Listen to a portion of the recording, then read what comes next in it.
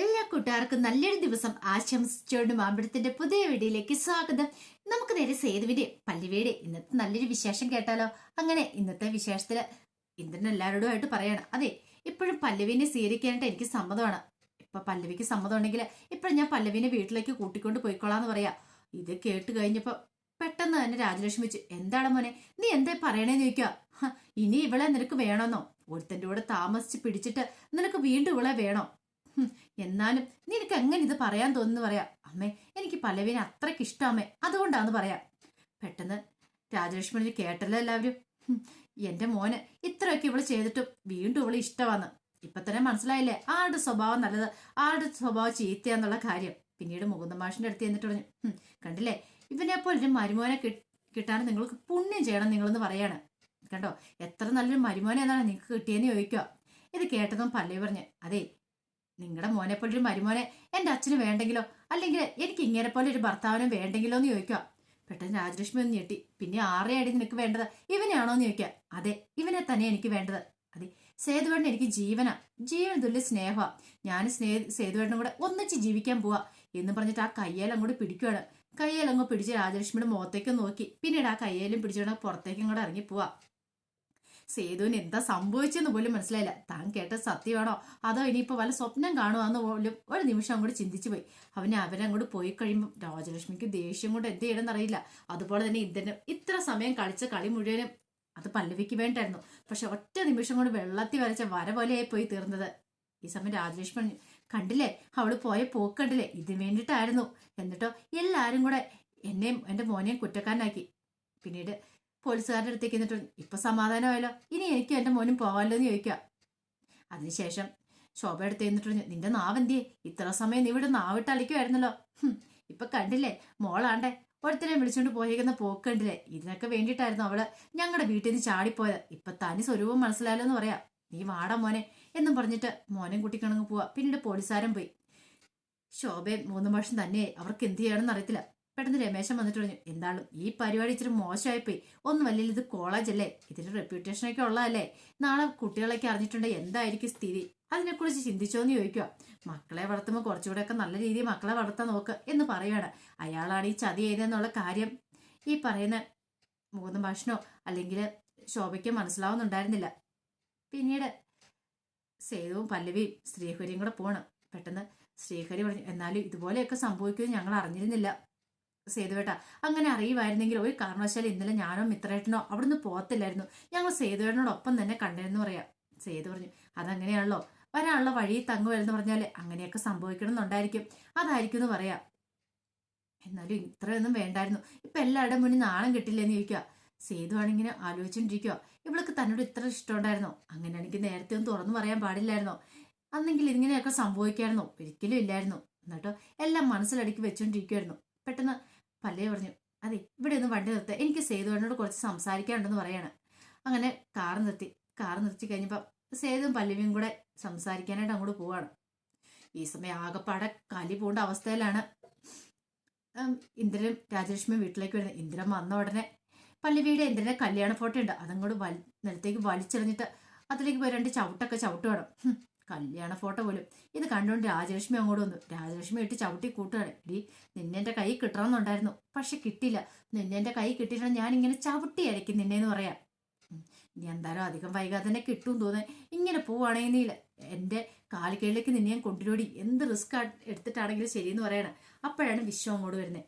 വിശ്വം വന്നിട്ട് എന്താ അമ്മേ എന്തേ നടക്കണേ, അമ്മ എന്തിനാ ഫോട്ടോ ചവിട്ടി കൂട്ടുന്നതെന്ന് ചോദിക്കുക. ആ പല്ലവിന് ഫോട്ടോ അല്ല അവളെയാ ചവിട്ടി കൂട്ടണ്ടേന്ന് പറയാം. അതിന് പല്ലവി ചേച്ചി എന്ത് തെറ്റിയെന്നാ പറയണേ? പല്ലവി ചേച്ചി ഒരു തെറ്റും ചെയ്തിട്ടില്ലെന്ന് പറയും. അതൊക്കെ നിന്റെ വേറെ തോന്നലല്ലേ, അവൾ എല്ലാത്തിനും കാരണം എന്ന് പറയാം. പാവം എന്റെ മോനെ കണ്ടില്ലേ, എന്നിട്ടും അവളോടെ സ്നേഹം, ഒരുത്തന്റെ കൂടെ പോയിട്ട് അവളെ വീണ്ടും വിളിച്ചോണ്ട് വരണമെന്ന് പോലും. ഇത് കേട്ടപ്പോ ഇന്ദ്രൻ പറഞ്ഞു, അതെ എന്റെ ഭാര്യയല്ലേ അവള്, പിന്നെ എനിക്ക് അവളെ ഉപേക്ഷിക്കാൻ പറ്റുമെന്ന് ചോദിക്കും. ഭാര്യയാണ് പോലും, അവൾ കൂടെ ആ ചിന്ത വേണ്ടേടാന്ന് ചോദിക്കും. സത്യം പറ നിനക്ക് ഇതിനകത്ത് എന്തെങ്കിലും പങ്കുണ്ടോന്ന് ചോദിക്കും. എനിക്കോ അമ്മ എന്താ ഇങ്ങനെ പറയണമെന്ന് ചോദിക്കും. അപ്പൊ വിശ്വം വന്നിട്ട് പറഞ്ഞു, എനിക്കും ചെറിയ സംശയം ഇല്ലാതില്ല, ഏട്ടൻ എന്തെങ്കിലും കുതന്ത്രം ഒപ്പിച്ചിട്ടുണ്ടോ ഇതിനകത്ത്, അല്ലെങ്കിൽ പിന്നെ ഏട്ടൻ പല്ലവി ചേച്ചിയെ സ്വീകരിക്കാൻ തയ്യാറാവത്തില്ലോ. അപ്പൊ ഏട്ടന്റെ കൈ ഇതിനകത്ത് പതിഞ്ഞിട്ടുണ്ടെന്ന് തോന്നേ. ഒരു പക്ഷേങ്കില് ഏട്ടനായിരിക്കും ഇതിനകത്ത് ഈ പരിപാടികൾ ഒപ്പിച്ചിരിക്കുന്നു പറയാം. പെട്ടെന്ന് ഇന്ദ്രൻ ചാടിക്കിടന്നു, ഇല്ലില്ല അങ്ങനെയൊന്നുമില്ല, എടാ എന്റെ ഭാര്യ അല്ലടാ അവളെ നാണം കെടുത്തുന്ന എന്തെങ്കിലും പ്രവൃത്തി ഞാൻ ചെയ്യുമോന്ന് ചോദിക്കുക. വിശ്വ അത്ര അങ്ങോട്ട് വിശ്വാസമൊന്നും വന്നില്ല വിശ്വന്. പക്ഷെ പറഞ്ഞുകൊണ്ട് വിശ്വസിച്ചെന്ന് വരുത്തി അങ്ങോട്ട് പോവാണ്. ഈ സമയം രാജലക്ഷ്മി വന്നിട്ട് പറഞ്ഞു, എടാ മോനെ എന്തിനാ അവളെ ഇങ്ങനെ വെറുതെ വിട്ടിട്ട് കാര്യമില്ല, അവൾക്കൂട്ടുള്ള പണി കൊടുക്കണമെന്ന് പറയാം.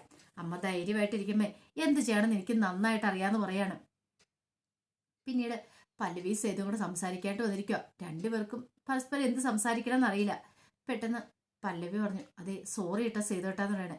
എന്താ നീ ഇവിടെ സോറിയോ? എന്തിനാ സോറി പറയണേ? അല്ല എല്ലാവരുടെയും മുന്നേ വെച്ച് ഞാൻ അങ്ങനെയൊക്കെ വിളിച്ചു പറഞ്ഞില്ലേ, ഒരിക്കലും അങ്ങനെ പറയാൻ പാടില്ലായിരുന്നു. ഞാൻ കാരണം സേതുവേട്ട ജീവൻ നശിച്ചില്ലേന്ന് ചോദിക്കുകയാണ്, ജീവിതം പോയില്ലേന്ന് ചോദിക്കുക. ഏയ് അങ്ങനെയൊന്നും ഇല്ല പല്ലവി, നീ അതിനെക്കുറിച്ചൊന്നും ഓർത്ത് വിഷമിക്കണ്ട. എനിക്കറിയാം സേതുവേട്ടൻ്റെ മനസ്സ് വിഷമമുണ്ടെന്ന്. ഇനിയിപ്പോ എന്താ ചെയ്യേണ്ടതെന്ന് പോലും എനിക്കറിയത്തില്ല പല്ലവി. ഞാൻ പറഞ്ഞല്ലോ. ഈ സമയം സേതുവിന്റെ മനസ്സിലായി ഇവള് കുറച്ച് നേരത്തെ തന്നോട് ഇഷ്ടം പറഞ്ഞില്ലല്ലോ എന്നൊരു ചിന്തയായിരുന്നു. പക്ഷേ പല്ലവിയുടെ കേൾക്കുന്നത് പറയാനായിട്ട് പറ്റില്ലല്ലോ. പിന്നീട് സേതു പറഞ്ഞു, അതിനെക്കുറിച്ചൊന്നും ഓർത്ത് പല്ലവി വിഷമിക്കണ്ട കേട്ടോ. എന്നാലും നാളെ എല്ലാവരും പുറത്തിറങ്ങി കഴിയുമ്പോൾ എന്തായിരിക്കും അവസ്ഥ? ആര് പുറത്തറിയാനാ? ആരും പുറത്തിറങ്ങിയാലും കുഴപ്പമില്ല. ഇനിയിപ്പോൾ എന്താ കുഴപ്പമിരിക്കുന്നത്? പല്ലവി ഒരു തെറ്റും ചെയ്തിട്ടില്ല, ഞാനും തെറ്റ് ചെയ്തിട്ടില്ല. അപ്രതീക്ഷിതമായിട്ടാണ് അതിനകത്ത് പെട്ടുപോയത്. അതിനിപ്പോൾ ആരും കുറ്റമല്ലോ എന്ന് പറയാം. അതൊക്കെ പോട്ടെ, പല്ലവി ധൈര്യമായിട്ടിരിക്കുക. ഞാൻ പല്ലവിയുടെ വീട്ടിൽ കൊണ്ടേ ആക്കാന്ന് പറയാം. വേണ്ട സേതുവേട്ടാ, വീട്ടിൽ കൊണ്ടേ വിടണ്ടാന്ന് പറയും. അതെന്താ? അച്ഛനും എന്നെ സ്വീകരിക്കും തോന്നില്ല.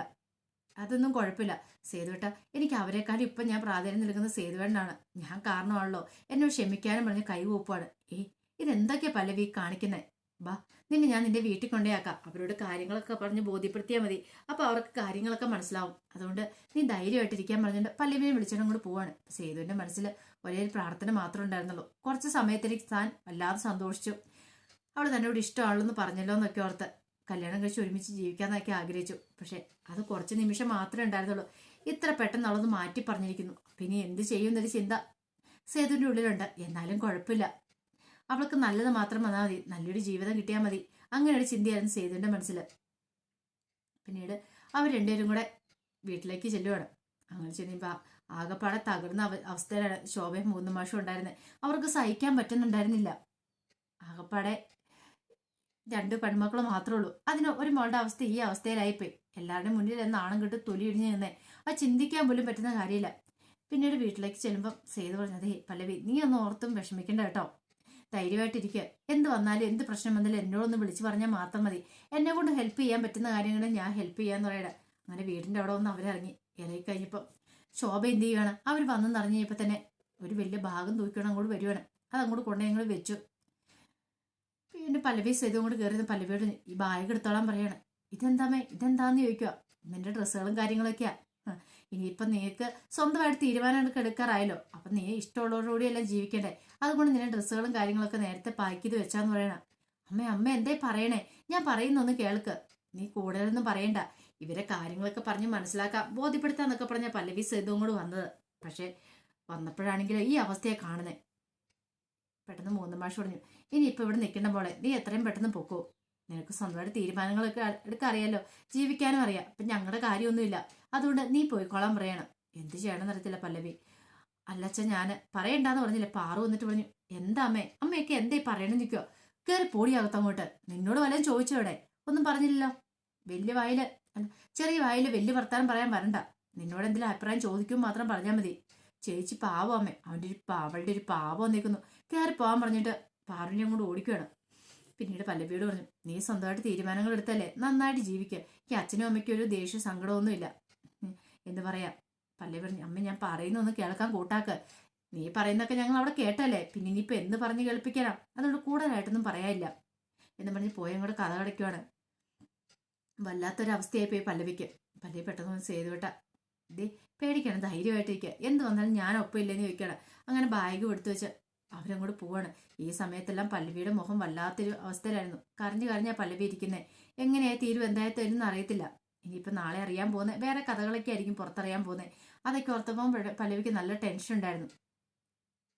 പിന്നീട് കഥ കടച്ച് അകത്ത് കയറിയ ശോഭ എന്ത് ചെയ്യണം? പൊട്ടിക്കരയാണ്, വാവട്ടം നിലവിളിക്കുക. ഇത് കണ്ടിട്ട് മൂന്നും ഭാഷ വന്നിട്ടുണ്ട്. എന്തിനാ ശോഭ നീ കരയണേ? എങ്ങനെ കരയാതിരിക്കുമെന്ന് പറ. പിന്നീട് പാറുവും കൂടെ അങ്ങോട്ട് വരുവാണ്. പാറുവിനെ ചേർത്ത് ഇരുത്തിയിട്ട് പറഞ്ഞു, ഇനി ഇവള് മാത്രമേ ഉള്ളൂ എൻ്റെ മോളായിട്ട്. എനിക്ക് ഒറ്റ മോളുള്ളൂ, അത് ഇവളാന്ന് പറയാണ്. ഇത് കേട്ടപ്പോൾ മൂതം മാഷ് പറഞ്ഞു, ഇങ്ങനെയൊന്നും പറയല്ലേ നീ. പിന്നെ ഇങ്ങനെ പറയാതെ പിന്നെ എങ്ങനെ പറയണമെന്നാ മാഷ് പറയണേ എന്നൊന്ന് പറയാൻ പറഞ്ഞിട്ട് നിൽക്കുവാണ്. അപ്പൊ അതിന്റെ വിശേഷങ്ങളൊക്കെയാണ് കണ്ടത്. ഇതിന്റെ ബാക്കി വിശേഷങ്ങളുമായിട്ട് വൈകുന്നേരത്തെ പ്രമോയി വരാട്ടോ. ഒരിക്കൽ കൂടി എല്ലാവർക്കും നല്ലൊരു ദിവസം ആശംസിച്ചു നിർത്തുന്നു. നന്ദി.